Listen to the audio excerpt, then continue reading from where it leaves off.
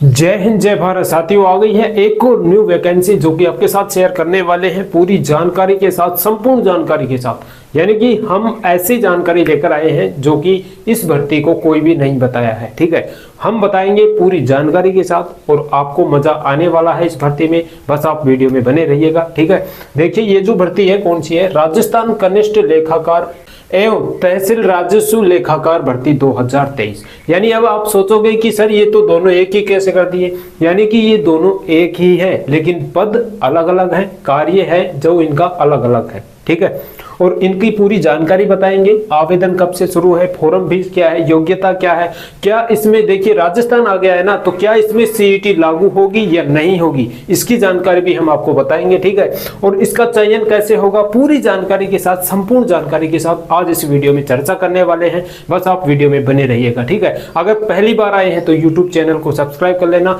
क्योंकि भारत में जितनी भी भर्तियां निकलती हैं वो आपके साथ शेयर की जाती है, वो भी बिल्कुल हिंदी में। ठीक है, हमारे साथ है राजेश सर, आपको समझाएंगे बिल्कुल अच्छे से ताकि आपको हर चीज समझ में आ सके। तो राजेश सर इनको बता दीजिए पूरी जानकारी के साथ। ठीक है, बताइए। जय हिंद, वंदे मातरम। प्यारे साथियों, ये जो भर्ती है राजस्थान कनिष्ठ लेखाकार और तहसील राजस्व लेखाकार, ये जो भर्ती है 2023 की, इस भर्ती के बारे में हम पूरी जानकारी देंगे आपको। कुछ लोग कमेंट कर रहे थे कि आज तो सर इसकी वीडियो डालनी चाहिए थी तुमको। भाई देर है लेकिन संपूर्ण जानकारी के साथ, हम हड़बड़ाहट नहीं करते हैं। हमने आपको वीडियो में बता रखा है कि कोई भी चीज हो हड़बड़ाहट से मत किया करो। हम बिल्कुल हड़बड़ाहट नहीं करते हैं कि फटाफट भर्ती आ गई हम छाप दिए, आपको बता दिए, आधा अधूरा बता दिया, कुछ छोड़ गया, कुछ छूट गया और फिर आप ही कमेंट करते रहोगे सर इसमें ये नहीं बताया। वो हड़बड़ाहट नहीं करना है। जितनी ज्यादा जानकारी हम जुटा पाते हैं उतनी बेस्ट रहती है आपके लिए, इसलिए हम तसल्ली से करते हैं। एक दिन बाद में आ जाएगी वीडियो, कोई दिक्कत नहीं है। जानकारी कंप्लीट ही देंगे, अधूरी नहीं देंगे और सही जानकारी ही देंगे। ऑफिशियल वेबसाइट, ऑफिशियल नोटिफिकेशन जो आता है उसमें से ही जो जानकारी प्राप्त होती है वही यहाँ पे शेयर की जाती है। तो नमस्कार दोस्तों, मैं राजेश गुजर स्वागत करता हूँ आप सभी प्यारे साथियों का बानसूर रोजगार में। चलिए शुरुआत करते हैं फटाफट से। जल्दी बताऊंगा क्योंकि बहुत लंबा चौड़ा काम है। आवेदन आपके ऑनलाइन होंगे, ई मित्र से कोई समस्या नहीं है। 27 जून से शुरू है और जो लास्ट डेट है वो 26 जुलाई तक रहने वाली है। आप 26 जुलाई का इंतजार मत करो, पहले ही जाके फॉर्म भर दो। 26 जुलाई है लास्ट डेट। फॉर्म फीस क्या रहेगी, जनरल की 600 रुपए, बाकी सभी 400 रुपए। बस एक बार बता दो समझ। बस योग्यता क्या है, योग्यता ये है मेरे प्यारे साथियों कि जो सीईटी का मामला है, इस सीईटी में ये बताया गया है कि सीईटी परीक्षा दी है किसी ने, वो भी कौन सी वाली, ग्रेजुएट वाली। बिल्कुल, देखिए दो होती है सीईटी, एक तो 12वीं पास वाली और एक होती है ग्रेजुएट वाली। यानी किसी ने स्नातक लेवल की जो सीईटी की परीक्षा दी है वो फॉर्म भर सकता है। अब इसमें क्या होगा, जब तक आपके पास सीईटी का कुछ नहीं होगा फॉर्म नहीं भरा जाएगा। ई मित्र पे जाना और आपने सीईटी परीक्षा यदि दी है तो वो आपकी फॉर्म की जो लिंक है वो खुल जाएगी। अब इसमें ये नहीं है कि सर मेरी तो 90 नहीं है, सीईटी में 50 नहीं है, 40 नहीं। अरे आपने सीईटी परीक्षा दी है क्या? हाँ साहब दी है, तो एक बार फॉर्म तो भर के कोशिश करो। ई मित्र वाले के पास तो जाओ, सीईटी के रोल नंबर तो दो उसको कि मैंने परीक्षा दी है। अब नंबर चाहे आपके कितने भी आए हों, चाहे आप फेल ही हो गए हों, लेकिन एक बार ई मित्र पे तो जाओ, क्या पता खुल जाए तो आपका फॉर्म भर जाएगा। ये बात है। ठीक है, आगे बात करें इसमें योग्यता स्नातक पास होना चाहिए। देखो बीए हो, बीएससी हो, बीकॉम हो, ठीक है, ये स्नातक पास होना चाहिए यानी कि ग्रेजुएट पास होना चाहिए। और अब एक कमेंट और करेंगे कि सर मैं फाइनल में हूँ, क्या मैं फॉर्म भर सकता हूँ क्या? देखो भाई, फाइनल में आप हो तो सीईटी की परीक्षा आपने दी थी क्या? नहीं दी है तो कैसे भरोगे? नहीं भर सकते। अगर आपने सीईटी की परीक्षा दी है और स्नातक की परीक्षा में आप फाइनल में हो तो आप फॉर्म भर सकते हो। ई मित्र पे जाना, एक बार कोशिश कर लेना, अगर आपका फॉर्म भरा जाए तो बहुत ही बढ़िया बात है। ठीक है, अब सर कैसे क्या होगा, देखो इसमें पदों की संख्या, पद आपके 5388 हैं, यानी 5388 पद हैं जो अलग अलग दिए गए हैं। कनिष्ठ लेखाकार के पद हैं 5190, यानी कि 5190 पद तो किसके हैं, कनिष्ठ लेखाकार के। और तहसील राजस्व लेखाकार के पद हैं 198। 198 पद हैं तहसील राजस्व लेखाकार। ये जो भर्ती है राजस्थान कनिष्ठ लेखाकार एवं तहसील राजस्व लेखाकार, ये संयुक्त भर्ती है। दोनों को मिला करके पद अलग अलग हैं, दोनों को एक साथ ही परीक्षा होगी, एक साथ ही सारे काम होंगे। तो ये पद हैं इनके अलग अलग। अब इसमें बोल रहे हैं कि सर इसमें 15 गुना पास करेंगे, क्या करेंगे, ये हमें समझ में नहीं आ रहा है। देखो भाई, जितने भी ये पद हैं अलग अलग कैटेगरी में हैं। जनरल के अलग हैं, ओबीसी के अलग हैं, ईडब्ल्यूएस के अलग हैं, एमबीसी के अलग हैं, एससी एसटी के अलग हैं, सारे पद अलग अलग हैं। तो जिसकी कैटेगरी के वाइज अनुसार जो पद हैं उसमें 15 गुना पास करेंगे। जैसे मान लो ये जनरल का है, अब इस जनरल के मान लीजिए इस कनिष्ठ लेखाकार में 1500 पद हैं, ऐसे मान के चलो, बाकी आप देख लेना लिस्ट है। 1500 पद हैं कनिष्ठ लेखाकार में जनरल की, तो इस 1500 के 15 गुना पास करेंगे जनरल वालों को। बिल्कुल बिल्कुल समझ रहे हो। ऐसे ही मान लो ओबीसी में ईडब्ल्यूएस में 1000 पद हैं, तो ईडब्ल्यूएस में 1000 पद हैं, तो 1000 पदों के 15 गुना पास करेंगे ईडब्ल्यूएस वालों को। बस इसी प्रकार एमबीसी वालों को 15 गुना, एससी एसटी वालों को 15 गुना, जितने पद हैं उतने ही 15 गुना पास कर देंगे उनको, और उनको बुला लिया जाएगा वहां पे तो परीक्षा के लिए। लेकिन ये इनको कोई भी नहीं समझाता इतने सरल तरीके, इतने सरल जो आप बता रहे हो ना। आप ये मत सोचना कि भाई पूरी भर्ती में जितने पद हैं इनके ही 15 गुना कर देंगे वो, नहीं ऐसे तो बहुत कम आएंगे। देखिए ये तो पद है ना पूरे, ये तो मतलब होंगे यार पूरे। हाँ 5388 तो रहेंगे। और इसमें कैटेगरी वाइज जो हैं उनको 15 गुना पास किया जाएगा। जैसे मैं एमबीसी में हूं, तो एमबीसी में कितने पद हैं, मान लीजिए 1200 पद हैं, तो 1200 पद हैं तो उनको 1200 को 15 से गुना करो, 15 गुना पास करेंगे एमबीसी वालों को, और उनको परीक्षा में बुलाएंगे। ये बात है, ये मामला आपको समझ में आ गया। अब बात करें उम्र की, साहब उम्र क्या रहने वाली है। देखो एज है इसमें 21 से 40 वर्ष, 21 से 40 वर्ष उम्र है, और जिसमें 3 साल की छूट सभी के लिए है। सभी के लिए, ऐसे मत सोचना कि ओबीसी वालों नहीं, सभी के लिए है, सबके लिए। वो क्यों है, क्योंकि देखो पहले इसकी गणना हुई थी 2020 से, अब इसकी गणना होगी 2024 से।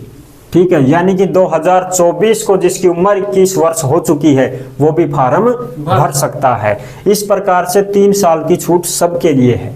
ठीक है, अब देखो महिलाओं में अलग से बात करेंगे, छूट है, पुरुषों की अलग से है छूट। देखो महिला की छूट कितनी है, ओबीसी की महिला, ईडब्ल्यूएस की महिला, एमबीसी की महिला, एससी एसटी की महिला और शहरिया क्षेत्र की महिलाएं, इन महिलाओं को 10 साल की छूट है। कितनी है, 10 साल की छूट, यानी कि 50 साल की भी यदि ये महिला हैं तो फार्म भर सकती हैं। अब बात करें पुरुष की, तो देखो ओबीसी के पुरुष, ईडब्ल्यूएस के पुरुष, एमबीसी के पुरुष, एससी एसटी के पुरुष और शहरिया क्षेत्र के पुरुष, इनको 5 साल की छूट है। भाई ये देखिए 45 के अगर ये पुरुष हैं तो फार्म भर सकते हैं। अब बात करें कि सर जनरल के पुरुष को छूट नहीं है क्या, नहीं जी, महिला को है। जनरल की जो महिला है उसको 5 साल की छूट है, यानी कि जनरल की महिला 45 वर्ष की है तो फॉर्म भर सकती है। और फॉर्म कैसे भरा जाएगा, सीईटी की परीक्षा दी है तो नहीं भरा। अगली बात करें सर इसमें भूतपूर्व सैनिक के भी पद हैं क्या, बिल्कुल। भूतपूर्व जो सैनिक हैं, जो थल सेना में हो, वायुसेना में हो, नेवी में हो, रिटायरमेंट हो, और वो राजस्थान के मूल निवासी हों। ऐसा नहीं है कि साहब मैं हरियाणा का सैनिक हूँ, नहीं जी, राजस्थान का फौजी होना चाहिए, वो रिटायरमेंट हो, उनके लिए 12.5% पद अलग से हैं। टोटल पद में, टोटल जितने पद हैं इनमें 12.5% पद इनके आरक्षित हैं। अगली बात करें सर खिलाड़ियों के लिए, कि सर खिलाड़ी बोलेंगे हमारे लिए भी है क्या कुछ, हाँ जी, खिलाड़ी राजस्थान का मूल निवासी होना चाहिए, उसके लिए 2% पद आरक्षित हैं। टोटल भर्ती में 2% पद उत्कृष्ट खिलाड़ियों के लिए है, लेकिन इनको अपने डॉक्यूमेंट्स लेकर जाना होगा। अब दिव्यांगजन बोलेंगे हमारे लिए कुछ है क्या, विकलांग भाई बहन, उनके लिए भी है। राजस्थान के मूल निवासी हों, 4% पद आपके आरक्षित हैं। बिल्कुल भाई, समझ रहे हो। अब बोलेंगे कि विवाहित आवेदनकर्ता जो है उनको विवाह पंजीयन जरूरी है या नहीं? बिल्कुल जरूरी है। जो भी मेरे प्यारे भाई बहन विवाहित हैं वो अपना विवाह पंजीयन प्रमाण पत्र बनवा ले, और जो मैंने ये बताए हैं भूतपूर्व सैनिक, उत्कृष्ट खिलाड़ी, दिव्यांगजन, ये अपना प्रमाण पत्र जरूर लगाएं, वरना कैसे विश्वास होगा? तो मानेंगे वो। अगर आप दिव्यांगजन हैं तो राजस्थान दिव्यांगजन प्रमाण पत्र जिसमें 40% होना चाहिए वो लगाओ। आप खिलाड़ी हो तो आपका प्रमाण पत्र लगाओ, भूतपूर्व सैनिक हो तो अपने डॉक्यूमेंट्स लगाओ कि मैं रिटायरमेंट हवलदार हूं, तभी तो मानेंगे। तो ये बात हो गई कंप्लीट। ये आगे बात करें, महिलाओं के लिए स्पेशल 30% पद आरक्षित हैं। बहुत ही जबरदस्त। पूरी टोटल पदों में से 30% पद केवल और केवल महिलाओं के हैं। अब इन महिलाओं में भी दो प्रकार से, एक तो विधवा महिलाएं हैं और एक तलाकशुदा महिलाएं हैं। जो विधवा महिलाएं हैं उनको 8% पद अलग से दिए गए हैं, बिल्कुल, और जो तलाकशुदा महिला है उनको 2% पद अलग से दिए गए हैं। लेकिन जो विधवा महिला है उसको अपने पति का मृत्यु प्रमाण पत्र लगाना होगा, और उसके साथ साथ राशन कार्ड में इसके पति का नाम होगा। जब जिंदा था, जब जीवित था, तब नाज तो लाते थे आप, राशन तो लाते थे, तो उसमें नाम तो होगा ना इसका, वो चलेगा। आप अगर किसी के बच्चा हुआ है तो बच्चे के जो जन्म प्रमाण पत्र बना उसमें पिता का नाम तो होगा, बिल्कुल, तो उसमें नाम होना चाहिए। पढ़ा लिखा है तो मार्कशीट में नाम होगा। बिल्कुल। तो इसलिए एक सबूत ये भी आपको दिखाना पड़ेगा कि भाई आपका कोई अदर डॉक्यूमेंट्स होना भी चाहिए, राशन कार्ड हो, बच्चे का कोई जन्म प्रमाण पत्र हो, कोई भी आपके पास जैसे उसकी मार्कशीट पड़ी हो या कोई पहचान पत्र हो जिसमें उसका नाम हो। इसलिए ये चलना जरूर, ये बताना जरूरी है, ये लगाना पड़ेगा आपको। ये डॉक्यूमेंट्स भी लगाना पड़ेगा और मृत्यु प्रमाण पत्र भी लगाना पड़ेगा, ताकि उनको विश्वास हो, फिर आपके 8% पदों में आप शामिल हो। ऐसे ही तलाकशुदा महिला है तो तलाकशुदा महिला को न्यायालय के द्वारा जो डिक्री मिली है, भाई जो प्रमाण पत्र मिलता है, डिवोर्स पेपर, वो होना चाहिए। आपको 2% पद अलग से दिए गए हैं। अब इसमें बात करें, टोटल महिलाओं के लिए 30% पद हैं, जिनमें 8% तो विधवा महिला ने रोक लिए, 2% तलाकशुदा ने रोक लिए, 8 और 2 10% तो हो गए। अब बचे कितने? 20%। 20% जितनी भी महिलाएं हैं, सामान्य महिलाएं, ओबीसी, WSS, CST, MBC, जितनी भी महिलाएं बची, अब इन दोनों को छोड़कर जितनी भी महिलाएं बची उनके पद हैं 30%। ये 20%, 20% उनके पद हैं, ये 20%, इन दोनों को छोड़ करके। अगली बात करें, इसमें दे रखा है चरित्र प्रमाण पत्र भी जरूरी है। चरित्र प्रमाण पत्र कहाँ का चलेगा साहब? सरपंच का बनवा ले क्या, वार्ड पार्षद का बनवा ले क्या? बहुत कमेंट आ रहे थे कि सर लेक्चरर से बनवा ले क्या। हाँ, तो देखो भाई, इसमें ये जो भर्ती है, इस भर्ती में कोई तुम्हारा सरपंच वरपंच का नहीं चलेगा। इसमें आपने जो स्कूल या कॉलेज में अंतिम शिक्षा प्राप्त की हो वहां से बनवा के लाओ कि इनका चरित्र एकदम गुड है, बिल्कुल, वही चलेगा। ऐसा नहीं चलेगा कि सरपंच का बनवा दिया, चेयरमैन का बनवा दिया, ये नहीं चलेगा। इसमें चलेगा शिक्षा से संबंधित, जो आपने कॉलेज में अंतिम वर्ष पढ़ाई की हो या कोई भी ऐसा बड़ा इंस्टीट्यूट हो जिसमें आपने अंतिम शिक्षा प्राप्त की हो, वहां से बनवा के लाना पड़ेगा, वो चरित्र प्रमाण पत्र चलेगा। अब जो विवाहित महिलाएं हैं ये कृपया ध्यान दें, विवाहित महिलाएं अपना मूल निवास, जाति प्रमाण पत्र और आय प्रमाण पत्र पिता के नाम से ही बनवाएं, पति के नाम से नहीं चलेगा। हमने बहुत बार बोल दी है ये बातें कि मूल निवास, जाति प्रमाण पत्र और आय प्रमाण पत्र जो भी विवाहित महिलाएं हैं, शादीशुदा हैं, वो अपने पिता के नाम से ही बनवाएं, पति के नाम से ना बनवाएं। दूसरी बात, ये जो जाति प्रमाण पत्र है, ये बोलेंगे कि सर कितने साल पुराना, कल कमेंट आ रहे थे कि सर मेरा 10 साल पुराना है, चल जाएगा क्या? 10 साल में तो ओरेज हो जाता है। हाँ, नहीं चलेगा।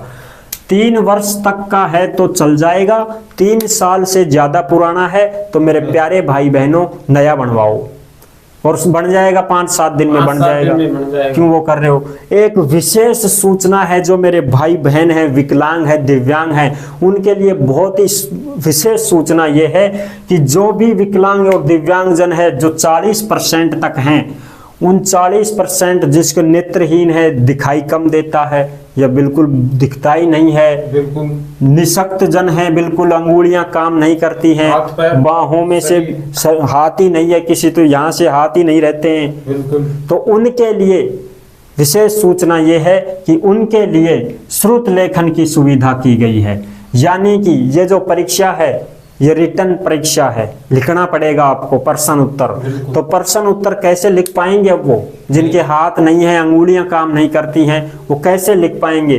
तो ऐसे विद्यार्थी जो दिव्यांगजन हैं 40% हैं, वो अपना प्रवेश पत्र लो।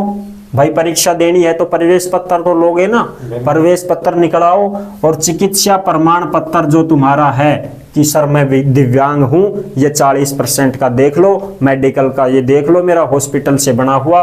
तो इन दोनों को लेकर के, प्रवेश पत्र को लेकर के और उस चिकित्सा प्रमाण पत्र को लेकर के 3 दिन पहले परीक्षा सेंटर पे पहुंच जाओ और जो केंद्राधीशक है परीक्षा सेंटर का, उसके जाकर के उसके सामने समक्ष हो और उनको बताओ कि सर ये रहा मेरा प्रवेश पत्र और ये रहा मेरा दिव्यांगजन का प्रमाण पत्र, और देख सकते हो मैं कम दिखता है या मेरे हाथ पैर काम नहीं करते हैं।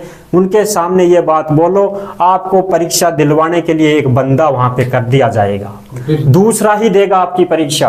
बस आपको बताना पड़ेगा कि इसमें ये उत्तर लिख भाई। बोल तो सकते हो ना आप, अगर आप बोल सकते हो तो लिखने के लिए वहां पे आपके लिए एक बंदा तैयार कर दिया जाएगा। हाँ, ये बात ध्यान रखना, आपके लिए लिखने के लिए वहां पे एक लड़का लगा दिया जाएगा, बोलना है आपको, लिखेगा वो फटाफट। दूसरी बात, अब कुछ ऐसे भी कहेंगे कि सर मेरा भी हाथ पैर टूट गया है, अचानक दुर्घटनाग्रस्त अभ्यर्थियों हेतु नहीं है ये सुविधा, क्योंकि आप पता नहीं कैसे, आप तो एक्सीडेंट हो चुके हो, अब तो पता नहीं कैसे बहुत तेज गाड़ी चला रहे होंगे, लापरवाही बरत रहे होंगे। दिव्यांगजन अपने आप ही दिखता है, बिल्कुल ठीक है, और आप अभी हाथ तुड़ा कर जा रहे हो तो आप तो दिखेओगे। आपके लिए सुविधा नहीं होगी, इसमें पहले ही लिख रखा है, आपको तो खुद को ही देना पड़ेगा। चयन और बता, चयन होगा शॉर्ट लिस्टिंग सीईटी 2022, इसमें भाई 15 गुना पास करेंगे कैटेगरी वाइज। जनरल के कितने पद हैं उसके 15 गुना, ओबीसी में कितने पद हैं उसके 15 गुना, इस प्रकार से। मेंस एग्जाम होगा, आपको लिखना होगा, डॉक्यूमेंट्स वेरिफिकेशन होंगे, मेडिकल में आपका स्वस्थ होना पड़ेगा कि भाई मैं तो बीमार हूं सर, मेरा तो हाथ पैर काम नहीं कर रहा है, मैं तो ऐसे नहीं चलेगा, वहां पर स्वस्थ हो आप मेडिकल में तो चल जाएगा। और जो दिव्यांग है वो तो दिखता है अपने आप, प्रमाण पत्र भी है उसके पास। एग्जाम होगा आपका सितंबर 2023 के लगभग, ऐसा बताया गया है। तो आपको ये जो जानकारी आपने राजेश सर ने दी है, आपको ये जानकारी आपको नहीं मिलने वाली कहीं पर, ठीक है। ये पूरी डिटेल से बहुत ही मेहनत करके और ये पूरी जानकारी लिखे हैं, तब आप इस जानकारी को देख पाएंगे, ठीक है। तो फिर मिलेंगे आपको एक और नई भर्ती के साथ, तब तक के लिए सभी प्यारे साथियों को जय हिंद, जय भारत।